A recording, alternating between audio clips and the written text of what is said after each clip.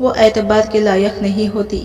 مجھے امی کی بات اچھی نہیں لگی تھی، کیونکہ میں نے اپنی زندگی میں اسکول اور کالج میں بہت سی ایسی لڑکیاں دیکھی تھی جو سج دھج کر رہنے والی تھی، مگر ان میں کوئی برائی نہیں تھی۔ خیر، میں نے اپنی پسند کے متعلق امی کو بتا دیا تھا۔ ایک دن وہ کہنے لگی، جاوید، میں آج سے ہی تیرا رشتہ دیکھنا شروع کر رہی ہوں۔ مجھے پڑوسن نے ایک لڑکی کے متعلق بتایا ہے کہ وہ بہت اچھی ہے اور ساتھ ہی ساتھ پڑھی لکھی بھی ہے، اسی لیے میں آج وہاں تمہارا رشتہ دیکھنے جاؤں گی۔ میں نے سر ہلا دیا تھا۔ امی صبح سویرے ہی پڑوسن آنٹی کے ساتھ گھر سے نکل گئی تھی۔ مجھے یقین تھا کہ آج تو امی میرا رشتہ پکا کر کے ہی آئیں گی۔ ابھی 12 بھی نہیں بچے تھے کہ امی گھر میں داخل ہو چکی تھی اور ان کا موڈ بے حد خراب تھا۔ وہ بڑاتی ہوئی گھر میں داخل ہوئی تھی اور گیٹ کو بھی زور سے بند کیا تھا۔ میں نے جلدی سے امی کو گلاس بھر کے پانی کا پیش کیا تھا، پھر میں ان کے پاس آ کر بیٹھ گیا اور بولا، امی کیا بات ہے؟ آپ بہت غصے میں لگ رہی ہیں۔ امی کہنے لگی، کچھ نہیں، بس ہمسائے کا دماغ خراب ہو گیا تھا۔ تم جانتے ہو کیا، یہ تمہارا رشتہ دکھانے مجھے کون سے گھر لے کر گئی تھی؟ وہی بدکردار لڑکی کی پڑوس والے گھر میں ہے۔ مجھے تو جیسے ہی پتا چلا تو میں تو لڑکی والوں کی گھر بھی نہیں گئی، بلکہ الٹے قدموں ہی واپس لوٹ آئی۔ مجھے امی کے منہ سے یہ بات سن کر حیرت کا شدید جھٹکا لگا تھا۔ میں نے اس حیرت کا اظہار امی کے سامنے بھی کر دیا تھا، کیونکہ مجھے لگا تھا کہ اب میں بڑا ہو چکا ہوں، اسی لیے مجھے لگا کہ اب امی مجھے اس کا ماضی کے متعلق سب کچھ بتا دیں گی۔ میں بولا، امی وہ تو شروع سے ہی ہمارے گاؤں میں رہ رہی ہے۔ امی نے ناک سے مکھی اڑائی تھی اور پھر امی بولی، ارے نہیں، یہ شروع سے یہاں پر نہیں رہتی تھی۔ ہمارے گاؤں میں ایک عورت ہوا کرتی تھی، وہ تندور لگایا کرتی تھی۔ اس کا ایک ہی بیٹا تھا جس اس نے بڑی محبت سے پال پوس کر بڑا کیا تھا۔ شوہر تو اس بیچارے کا جوانی میں ہی مر گیا تھا۔ اس نے دن رات محنت کی، مگر حرام کا ایک لقمہ بھی اپنے بیٹے کے ساجد کو نہیں کھلایا۔ جب وہ بڑا ہو گیا تو اس نے سوچا کہ کیوں نہ میں اپنی ماں کا سہارا بن جاؤں۔ وہ اپنی ماں کے تندور کی خاطر دوسرے گاؤں سے لڑکیاں لانے لگا تھا۔ وہیں پر اس گندی عورت نے اس کو اپنے پیار کے جال میں پھنسا لیا تھا۔ میں حیران ہوا اور بولا، امی کون سی گندی عورت؟ امی بولی، ارے کیا ہو گیا ہے تمہیں؟ میں ایک دم سے امی کی طرف متوجہ ہو گیا تھا۔ میں بولا، پھر کیا ہوا امی؟ امی بولی، پھر کیا ہونا تھا؟ ساجد اس لڑکی کی راحیلہ کو بھگا کر اپنے ساتھ ہمارے گاؤں لے آیا تھا۔ اسی کی ماں کو جب اس بات کا علم ہوا تو وہ بیچاری تو دیواروں سے سڑ ٹکراتی ہوئی رہ گئی، اور اس کے گاؤں والوں کو بھی یہ پتا چل گیا تھا کہ ان کی لڑکی ہمارے گاؤں میں آئی ہے۔ انہوں نے پنچایتیں بلائیں۔ وہ چاہتے تھے کہ ساجد کو سخت سے سخت سزا ملے، تاکہ اس کو دیکھ کر باقی لڑکے نصیحت پکڑیں اور پھر دوبارہ یہ کام کرنے کی جرات نہ کر سکیں۔ ساجد کی ماں بیچاری، وہ تو لوگوں کے آگے ہاتھ جوڑتی مر گئی تھی۔ اس کی موت کے بعد راحیلہ کے والدین نے یہ کہا دیا تھا کہ انہیں اپنی بیٹی کے ساتھ کوئی رشتہ نہیں رکھنا۔ اسی طرح یہ معاملہ ٹھنڈا ہو گیا۔ اب راحیلہ اور ساجد بہت خوش تھے۔ ساجد بھی کام کرنے لگا تھا۔ ان کی شادی کو 1 سال ہو چکا تھا۔ گاؤں والوں نے بھی اسے اپنا لیا تھا۔ ایک دن ساجد کام پر گیا ہوا تھا، مگر طبیعت خرابی کی وجہ سے جلدی گھر لوٹ آیا تھا۔ اس نے گھر پہنچ کر عجیب ہی منظر دیکھا تھا۔ اس کی بیوی نے کسی اور مرد کو گھر پر ملنے کے لیے بلایا ہوا تھا۔ یہ سب دیکھ کر تو ساجد غصے سے پاگل ہو گیا تھا۔ اس نے کلہاڑی نکالی اور شور ڈال دیا کہ وہ ان دونوں کو کاٹ ڈالے گا، مگر وہ لڑکا تیز تھا، جلدی سے فرار ہو گیا۔ تب تک گاؤں کے باقی لوگ بھی وہاں پہنچ چکے تھے۔ انہوں نے بڑی مشکل سے ساجد کو اسے انتہائی قدم سے روکا تھا۔ ساجد بولا، میں آج ہی اس گھٹیا عورت کو طلاق دیتا ہوں۔ اس نے طلاق دے کر راحیلہ سے جان چھڑوا لی تھی۔ گاؤں کا ہر فرد اس پر تھو تھو کر رہا تھا۔ ساجد کو دلاسے دیے جا رہے تھے کہ ایسی لڑکی جو اپنے والدین کی نہیں بنی وہ تمہاری کیسے بن سکتی تھی؟ اس نے تو اپنے والدین کی عزت کو خاک میں ملا دیا ہے۔ راحیلہ ہمارے گاؤں چھوڑ کر واپس اپنے گاؤں چلی گئی، مگر وہاں کے لوگوں نے اسے دھکے مار مار کر گاؤں سے نکال دیا تھا اور یہ اپنا سامنا لے کر یہاں واپس آ گئی تھی۔ پھر بھی ساجد نے شرافت کا مظاہرہ کیا اور اپنا گھر اس کے رہنے کے لیے چھوڑ کر ہمیشہ ہمیشہ کے لیے شہر چلا گیا تھا۔ ساجد ابھی تک واپس نہیں آیا۔ بہت سے لوگوں کا کہنا ہے کہ اس نے اپنی جان دے دی تھی، وہ مر گیا ہے، مگر سچ کوئی نہیں جانا۔ مگر راحیلہ اب وہ یہی پڑی رہتی ہے۔ گاؤں کا ایک ایک فرد اس کی بد کرداری کا گواہ ہے۔ نہ جانے وہ روز بن کر کہاں جاتی ہے۔ میری آنکھوں کے سامنے ایک دم سے راحیلہ کا سجا سجایا وجود آ گیا تھا۔ اتنی بدنامی کے بعد کوئی یوں کیسے بن سور کر رہتا ہے؟ ظاہر سی بات ہے کوئی 2 نمبر عورت ہی یہ سب کر سکتی ہے، کیونکہ شریف عورت تو اس بدنامی کا دکھ دل سے لگا کر اللہ تعالیٰ کو پیاری ہو جاتی ہے۔ خیر مجھے اس دن راحیلہ کے متعلق سب کچھ معلوم ہو چکا تھا۔ کچھ دن امی میرے لیے رشتے ڈھونڈنے میں مصروف رہی تھی۔ آخرکار انہیں ایک لڑکی پسند آ گئی تھی۔ مجھے تصویر دکھائی گئی تو مجھے بھی شادی کے لیے رضامند ہو گیا تھا۔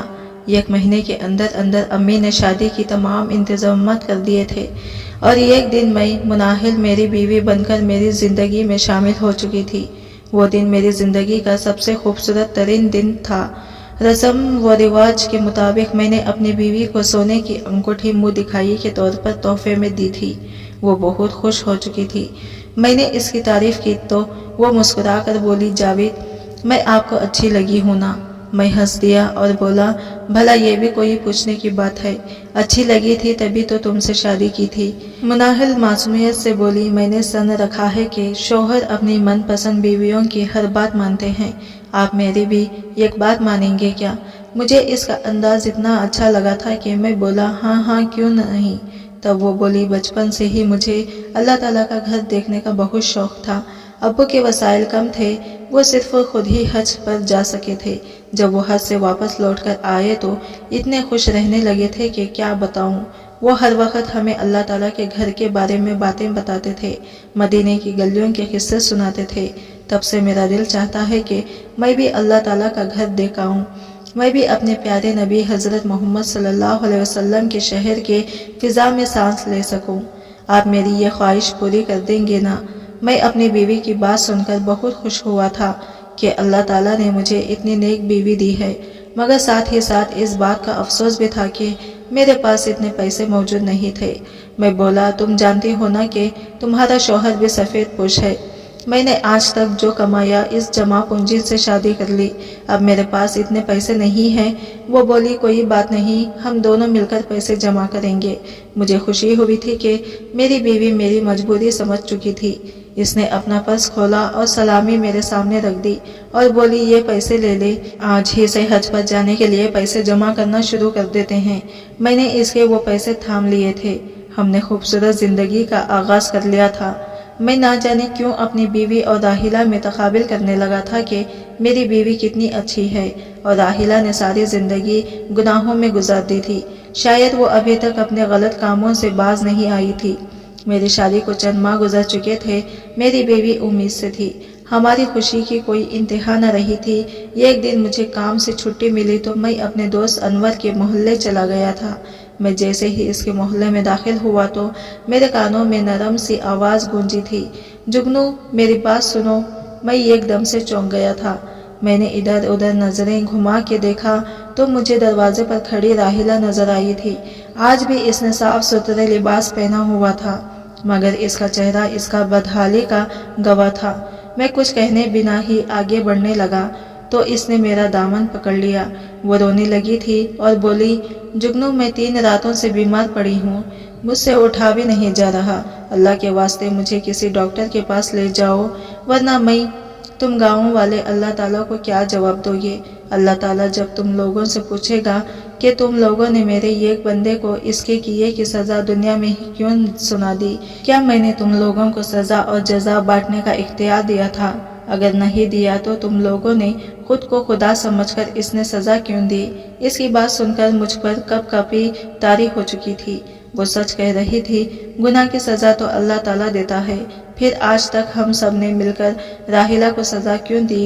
میں بولا، اٹھو میرے ساتھ ڈاکٹر کے پاس چلو۔ میری بات سن کر وہ ایک دم سے اٹھ کھڑی ہوئی۔ میں ڈاکٹر کے پاس لے گیا، اس کی دوائی لی اور پھر سوچا کہ اسے اپنے گھر لے جاتا ہوں۔ میری بیوی اسے کچھ کھلا بھی دے گی اور یہاں دوائی بھی کھا لے گی۔ جب میں نے اسے اپنے گھر چلنے کو کہا تو وہ بولی میرا قدم پڑنے سے تمہارا گھر ناپاک تو نہیں ہو جائے گا۔ میں نے نفی میں سر ہلا دیا تھا تو وہ بولی رکو، پہلے مجھے اپنے گھر سے ایک چیز اٹھانی ہے۔ میں اسے پہلے اس کے گھر لے گیا، وہ اندر سے ایک ڈبہ اٹھا کر لے آئی۔ اب وہ میرے پاس ساتھ چلنے لگی تھی۔ وہ سارا راستہ وہ اللہ کا ورد کرتی رہی تھی۔ اس کی آواز میں ایک عجیب سی تاثیر تھی، میری آنکھوں سے آنسو بہنے لگے تھے۔ میں جانتا تھا کہ یہ سب اس لیے ہو رہا ہے کیونکہ شروع سے ہی میں راحلہ کے لیے ایک نرم دل رکھتا تھا۔ وہ عمر میں مجھ سے بڑی تھی، اسی لیے اس جذبے کو محبت کا نام نہیں دیا جا سکتا تھا۔ شاید مجھے اس سے عقیدت تھی۔ میں نے جلدی سے نفی میں سر جھٹکا تھا کہ ایک بد کردار عورت سے عقیدت کیسے ہو سکتی ہے؟ عقیدت تو اللہ والوں سے ہوتی ہے۔ میں راحلہ کو لے کر گھر پہنچا تو شکر کہ امی گھر پر نہیں تھی۔ میری بیوی مناہل بولی جاوید یہ کون ہے؟ میں بولا یہ ہماری مہمان ہے، تم اس کی خدمت کرو۔ راحلہ بولی جگنو یہ کون ہے؟ مجھے بھی تعریف کروا دو۔ میں بولا یہ میری بیوی ہے۔ راحلہ ایک دم سے اداس ہو گئی، پھر کہنے لگی تم اپنی بیوی کا بہت خیال رکھنا، اس کو کبھی رسوا مت کرنا۔ میں نے سر ہلا دیا تھا۔ میری بیوی جلدی سے راحلہ کے لیے دال چاول بنا کر لے آئی تھی۔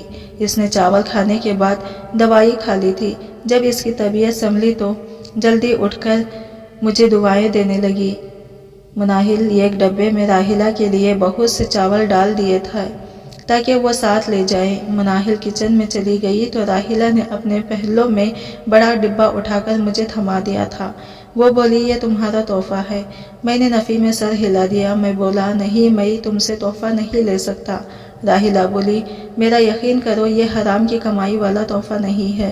میں شرمندہ سا ہو کر رہ گیا تھا۔ میں بولا ایسی بات نہیں ہے، دراصل میں کیسے یہ تحفہ لے سکتا ہوں؟ وہ میری بات سن کر ہولے سے مسکرائی تھی، کہنے لگی جگنو میں نے اپنے ارد گرد بہت نظر دوڑائی مگر مجھے کوئی اس کے لائق لگا ہی نہیں جسے میں یہ سونپ سکوں۔ تمہیں یاد ہے نا، تم بچپن میں بھی میرا کہا مانا کرتے تھے، اسی لیے میں چاہتی ہوں کہ یہ تم رکھ لو۔ میں نے وہ ڈبہ اس سے لے لیا تھا۔ اس نے مجھے تاکید کی تھی کہ میں وہ ڈبہ اس کے جانے کے بعد کھولوں گا۔ میں اسے اس کے گھر چھوڑ آیا تھا۔ اب مجھے بے چینی سے انتظار تھا کہ نہ جانے راحلہ مجھے کیا تھما گئی ہے۔ رات کے وقت جب میری بیوی سو گئی تو میں نے وہ ڈبہ کھول دیا تھا اور یہ دیکھ کر میری آنکھیں پھٹی کی پھٹی رہ گئی تھی کہ اس میں راحلہ کی یہ قمیص تھی جسے اس نے باندھ کر رکھا ہوا تھا۔ مگر جیسے ہی میں نے وہ قمیص کھولی تو اس میں بہت سارے پیسے پڑے ہوئے تھے اور ساتھ ایک پرچی بھی تھی جس پر لکھا ہوا تھا حج کے پیسے۔ میں سمجھ نہیں سکا تھا راحلہ نے مجھے یہ کیوں دیے تھے۔ اب میں صبح کا بڑی بے صبری سے انتظار کر رہا تھا۔ جیسے ہی صبح ہوئی میں اٹھ کر راحلہ کے گھر کی طرف چل دیا تھا۔ وہ قرآن پاک کی تلاوت کر رہی تھی۔ جب اس نے مجھے دیکھا تو وہ ایک دم سے رونے لگی تھی۔ وہ بولی جگنو میری بڑی خواہش تھی کہ میں حج پر جا سکوں، اسی لیے میں نے خطرہ کر کے حج کے لیے پیسے جمع کیے تھے، لیکن اب جب میں ڈاکٹر کے پاس گئی تو اس نے مجھے کہا ہے کہ ابھی تم حج نہیں کر سکتی کیونکہ ابھی تم سفر نہیں کر سکتی۔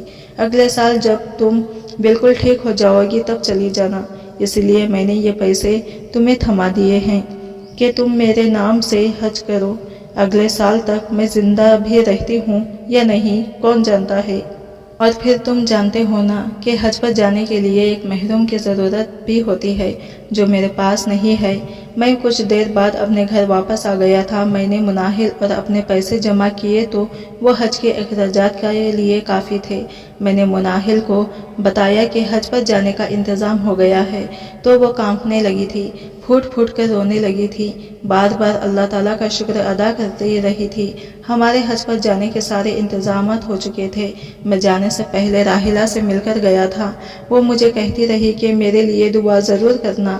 حج شروع ہو چکا تھا، ہر طرف لبیک اللہم لبیک کی صدائیں گونج رہی تھی۔ میرے جسم کا ایک ایک حصہ اللہ تعالیٰ کی وہ ہدایات پر اور بڑائی کی گواہی دے رہا تھا۔ آنکھوں سے آنسو ٹپک رہے تھے۔ تب میں بولا اے اللہ، راحلہ بہت گنہگار عورت ہے، اس نے تیری مطمئن کردہ حدود کو توڑا ہے، مگر تو رحیم ہے، تو اسے معاف کر دے۔ ابھی میں یہ دعا کر ہی رہا تھا کہ میرے کانوں میں ایک آواز گونجی تھی، جگنو۔ میں نے جلدی سے سر اٹھا کر دیکھا تو لوگوں کے ہجوم میں مجھے راحیلہ نظر آئی تھی۔ اس کے چہرے پر نور ہی نور تھا۔ میں حیران تھا کہ وہ یہاں کیسے پہنچی۔ میں جلدی سے اس کی طرف لپکا تھا اور وہ حج میں مصروف تھی۔ میں اس کی جانب گیا مگر وہ تب تک بھیڑ میں میری نظروں سے اوجھل ہو گئی تھی۔ میں نے سوچا کہ راحیلہ نے ایسا کیوں کیا، مجھ سے جھوٹ کیوں بولا۔ خیر، میں نے ارادہ کیا کہ جب وہ مجھ سے دوبارہ ملے گی تو میں اس سے پوچھ لوں گا، لیکن میں اور مناہل جتنے دن بھی وہاں رہے ہمیں راحیلہ نظر نہیں آئی تھی، یہاں تک کہ ہم واپس اپنے گاؤں پہنچ چکے تھے۔ سارا راستہ مجھے یہ بات پریشان کی ہوئی تھی، اسی لیے میں جیسے ہی گھر پہنچا تو کچھ آرام کیے بغیر ہی گھر سے باہر نکل گیا تھا۔ میرا رخ راحیلہ کے گھر کی طرف میں وہاں پہنچا تو اس کے دروازے پر بڑا سا تالا لگا ہوا تھا۔ میں ابھی اسی سوچ میں ہی گم تھا کہ میرے پاس سے ایک آدمی گزرا۔ میں بولا، انکل جی، راحیلہ ابھی تک حج سے واپس نہیں آئی کیا؟ وہ انکل میری بات سن کر ہنس دیے تھے۔ وہ بولے، پاگل ہو کیا، راحیلہ تو کب کی مر گئی ہے۔ وہ انکل بولے، راحیلہ تم لوگوں کو جانے کے بعد 2 دن بعد ہی مر گئی تھی، تمہارے لیے اپنے گھر کی چابیاں چھوڑ گئی ہے۔ میں وہی زمین پر بیٹھ گیا تھا اور بولا، اگر راحیلہ مر گئی ہے تو حج پر کون تھا؟ میں جلدی سے اس کے گھر میں داخل ہوا تھا۔ اس کے کمرے میں میری نظر ایک صندوق پر پڑی تھی۔ میں نے کھول کر دیکھا تو اس میں ایک ڈائری پڑی تھی۔ میں نے اسے کھول کر پڑھنا شروع کر دیا۔ مجھے یہ دیکھ کر حیرت ہوئی تھی کہ وہ میرے لیے ہی لکھی گئی تھی۔